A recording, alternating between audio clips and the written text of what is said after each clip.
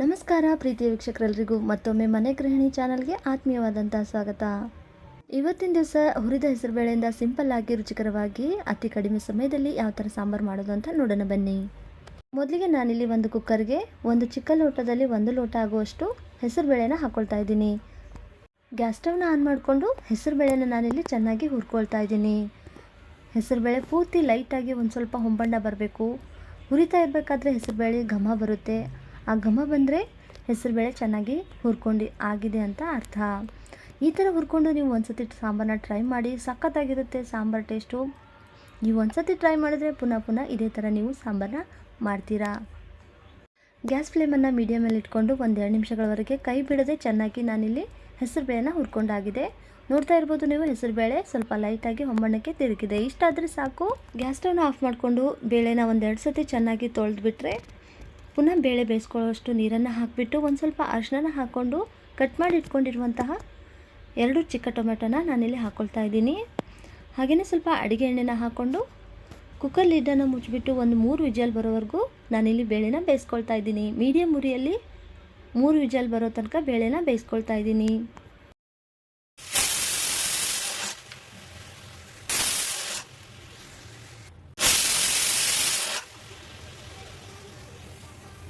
Cooker 3 whistle ಬಂದಾದಮೇಲೆ gas ಸ್ಟವ್ನ of ಮಾಡಿಕೊಂಡು ಸ್ವಲ್ಪ cooker ತಣ್ಣಗಾದ್ಮೇಲೆ ಇವಾಗ ಕುಕ್ಕರ್ ಲಿಡ್ಡನ್ನು ಓಪನ್ ಮಾಡ್ಕೊಳ್ತಾ ಇದ್ದೀನಿ. ಬೇಳೆ ಕೂಡ ಚೆನ್ನಾಗಿ ಬೆಂದಿದೆ. ನೋಡ್ತಾ ಇರ್ಬೋದು, ಬೇಳೆ ಕೂಡ ಚೆನ್ನಾಗಿ ಬೆಂದಿದೆ. ಹೆಸರುಬೇಳೆ ಜಾಸ್ತಿ ಟೈಮ್ ತೊಗೊಳ್ಳೋದಿಲ್ಲ ಬೇಯೋದಕ್ಕೆ, ಬೇಗನೆ ಬೆಂದು ರೆಡಿ ಆಗುತ್ತೆ. ಇವಾಗ ಒಂದು ಕಡ್ಗೋಲಿನ ಸಹಾಯದಿಂದ ಬೇಳೆನ ನಾನಿಲ್ಲಿ ಚೆನ್ನಾಗಿ ತಿರುಗಿಕೊಳ್ತಾ ಇದ್ದೀನಿ. ಕೆಲವರು ಇದನ್ನು ಮಜ್ಜಿಗೆ ಕಡಿಯೋದು ಅಂತಲೂ ಅಂತಾರೆ. ನಮ್ಮ ಸೈಡು ಇದನ್ನು ನಾವು ರವಿಗೆ ಅಂತೀವಿ. ಇವಾಗ ಬೇಳೆನ ಚೆನ್ನಾಗಿ ಈ ಥರ ನಾನು ತಿರುಗಿಕೊಳ್ತಾ ಇದ್ದೀನಿ. ಫುಲ್ಲು ನುಣ್ಣಗಾಗಬೇಕು ಬೇಳೆ, ಅಲ್ಲಿವರೆಗೂ ಇದನ್ನು ಚೆನ್ನಾಗಿ ತಿರುಗಿಕೊಳ್ತಾ ಇದ್ದೀನಿ. ನೋಡಿ, ಇವಾಗ ಪೂರ್ತಿಯಾಗಿ ನಾನಿಲ್ಲಿ ತಿರುಗಿಕೊಂಡಾಗಿದೆ. ಬೇಳೆ ಕೂಡ ನುಣ್ಣಗಾಗಿದೆ. ಇವಾಗ ಇದನ್ನು ಸೈಡಿಗೆ ಇಟ್ಬಿಟ್ಟು ಇವಾಗ ಒಗ್ಗರಣೆ ಮಾಡೋಣ. ಮೊದಲಿಗೆ ಇಲ್ಲಿ ನಾನು ಗ್ಯಾಸ್ ಸ್ಟವ್ನ ಆನ್ ಮಾಡಿಕೊಂಡು ಒಂದು ಪಾತ್ರೆನ ಇಟ್ಕೊಳ್ತಾ ಇದ್ದೀನಿ. ಒಗ್ಗರಣೆಗೆ 2 ಟೇಬಲ್ ಸ್ಪೂನಷ್ಟು ಎಣ್ಣೆನ ಹಾಕ್ಕೊಳ್ತಾ ಇದ್ದೀನಿ. ಎಣ್ಣೆ ಸ್ವಲ್ಪ ಬಿಸಿ ಆದಮೇಲೆ ಜೀರಿಗೆ ಸಾಸಿವೆನ ಹಾಕ್ಕೊಳ್ತಾ ಇದ್ದೀನಿ. ಜೀರಿಗೆ ಸಾಸಿವೆ ಎಲ್ಲ ಎಣ್ಣೆಯಲ್ಲಿ ಚಟಪಟ ಅಂತ ಆದಮೇಲೆ ಜಜ್ಜಿಟ್ಕೊಂಡಿರುವಂತಹ ಬೆಳ್ಳುಳ್ಳಿನ ಹಾಕ್ಕೊಳ್ತಾ ಇದ್ದೀನಿ. ಒಂದು 7-8 ಬೆಳ್ಳುಳ್ಳಿ ಹೆಸಳನ್ನು ಈ ಥರ ಜಜ್ಜಿಬಿಟ್ಟು ಹಾಕ್ಕೊಳ್ತಾ ಇದ್ದೀನಿ. ಬೆಳ್ಳುಳ್ಳಿ ಸ್ವಲ್ಪ ಹೊಂಬಣ್ಣ ಬರೋವರೆಗೂ ಫ್ರೈ ಮಾಡ್ಕೊಂಡಾದ್ಮೇಲೆ ಕರಿಬೇವನ್ನು ಹಾಕ್ಕೊಳ್ತಾ ಇದ್ದೀನಿ. ಕರಿಬೇವನ್ನು ನಾನಿಲ್ಲಿ ಒಂದು ಸ್ವಲ್ಪ ಕಟ್ ಮಾಡಿ ಹಾಕ್ಕೊಳ್ತಾ ಇದ್ದೀನಿ. ಕರಿಬೇವನ್ನು ಈ ಥರ ಕಟ್ ಮಾಡಿ ಹಾಕೋದ್ರಿಂದ ಒಂದೊಳ್ಳೆ ಫ್ಲೇವರ್ ಕೊಡುತ್ತೆ. ಇವಾಗ ಕರಿಬೇವು ಕೂಡ ಸ್ವಲ್ಪ ಫ್ರೈ ಆದಮೇಲೆ ಅಚ್ಕಾರದ ಪುಡಿನ ಹಾಕ್ಕೊಳ್ತಾ ಇದ್ದೀನಿ 1 ಚಮಚದಷ್ಟು. ಹಾಗೆಯೇ ಮನೆಯಲ್ಲೇ ಮಾಡಿಟ್ಟಿರುವಂತಹ ಮಸಾಲೆ ಖಾರನ ಹಾಕ್ಕೊಳ್ತಾ ಇದ್ದೀನಿ ಒಂದು ಸ್ವಲ್ಪ. ಹಾಗೆಯೇ ಸ್ವಲ್ಪ ಸಾಂಬಾರು ಪುಡಿನ ಹಾಕ್ಕೊಳ್ತಾ ಇದ್ದೀನಿ. ಎಲ್ಲವನ್ನು ಒಂದು ಸತಿ ಈಗ ಚೆನ್ನಾಗಿ ಮಿಕ್ಸ್ ಮಾಡ್ಕೊಳ್ತಾ ಎಣ್ಣೆಯಲ್ಲಿ ಫ್ರೈ ಮಾಡ್ಕೊಳ್ತಾ ಇದ್ದೀನಿ. ಗ್ಯಾಸ್ ಫ್ಲೇಮನ್ನು ನಾನಿಲ್ಲಿ ಪೂರ್ತಿ ಸಣ್ಣ ಉರಿಯಲ್ಲಿ ಇಟ್ಟು ಈ ಮಸಾಲೆನೆಲ್ಲ ಎಣ್ಣೆಯಲ್ಲಿ ಚೆನ್ನಾಗಿ ಫ್ರೈ ಮಾಡ್ಕೊಳ್ತಾ ಇದ್ದೀನಿ. ಇವಾಗ ತಿರುವಿಟ್ಕೊಂಡಿರುವಂಥ ಬೇಳೆನ ಹಾಕ್ಕೊಳ್ತಾ ಇದ್ದೀನಿ. ಬೇಳೆ ಬೇಯಿಸಿರುವಂಥ ಕುಕ್ಕರ್ಗೆ ಒಂದು ಅರ್ಧ ಲೋಟದಷ್ಟು ನೀರನ್ನು ಹಾಕಿಬಿಟ್ಟು ಆ ನೀರನ್ನೇ ಇಲ್ಲಿ ಸಾಂಬಾರಿಗೆ ಹಾಕ್ಕೊಳ್ತಾ ಇದ್ದೀನಿ. ಇಷ್ಟು ನೀರು ಸಾಕು ಈ ಸಾಂಬಾರಿಗೆ. ಎಲ್ಲವನ್ನು ಒಂದು ಸತಿ ಚೆನ್ನಾಗಿ ಮಿಕ್ಸ್ ಮಾಡ್ಕೊಳ್ತಾ ಇದ್ದೀನಿ. ನೋಡಿ, ಸಾಂಬಾರನ್ನ ಈ ಹದವಾಗಿ ಮಾಡ್ಕೊಂಡಿದ್ದೀನಿ. ತೀರಾ ತೆಳುವಾಗೂ ಇಲ್ಲ, ತೀರಾ ಗಟ್ಟಿಯಾಗೂ ಇಲ್ಲ. ನಿಮಗೆ ಇನ್ನೂ ಸ್ವಲ್ಪ ತೆಳುವಾಗೂ ಬೇಕು ಅಂದರೆ ಇನ್ನೊಂದು ಸ್ವಲ್ಪ ನೀರನ್ನು ನೀವು ಹಾಕ್ಕೊಳ್ಬೋದು. ಹಾಗೆ ಇವಾಗ ರುಚಿಗೆ ತಕ್ಕಷ್ಟು ಉಪ್ಪನ್ನು ಹಾಕ್ಕೊಳ್ತಾ ಇದ್ದೀನಿ. ಉಪ್ಪು ಹಾಕಿದ ಮೇಲೆ ಸಾಂಬಾರನ್ನ ನಾನಿಲ್ಲಿ ಒಂದು 4 ನಿಮಿಷದವರೆಗೆ ಚೆನ್ನಾಗಿ ಕುದಿಸ್ಕೊಳ್ತಾ ಇದ್ದೀನಿ. ಆಲ್ರೆಡಿ ಬೇಳೆನ ಕುದಿಸ್ಕೊಂಡಿರೋದ್ರಿಂದ ನಾನಿಲ್ಲಿ ಒಂದು 4 ನಿಮಿಷದವರೆಗೆ ಸಾಂಬಾರನ್ನು ಚೆನ್ನಾಗಿ ಕುದಿಸ್ಕೊಳ್ತಾ ಇದ್ದೀನಿ.